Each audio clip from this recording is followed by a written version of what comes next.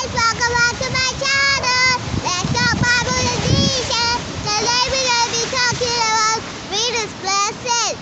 God wants us to, how He made this reed to be blessed. He watered all the plants. He made sure we get everything from this reed because God is making sure we get the reed in our hand, and He is protecting us with this reed. So the Holy Spirit, Antonisha, is that rain we need.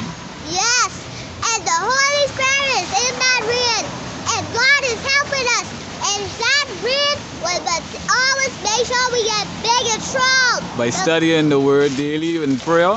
Yes, because God is helping us, because He loves us. Now I just want to end off with a prayer. God, that you guys that these people not sick, who away so that you will all see them in Jesus' name, amen. Don't forget to click the subscribe button.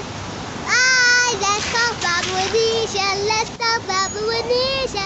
Let's talk Bible with Nisha.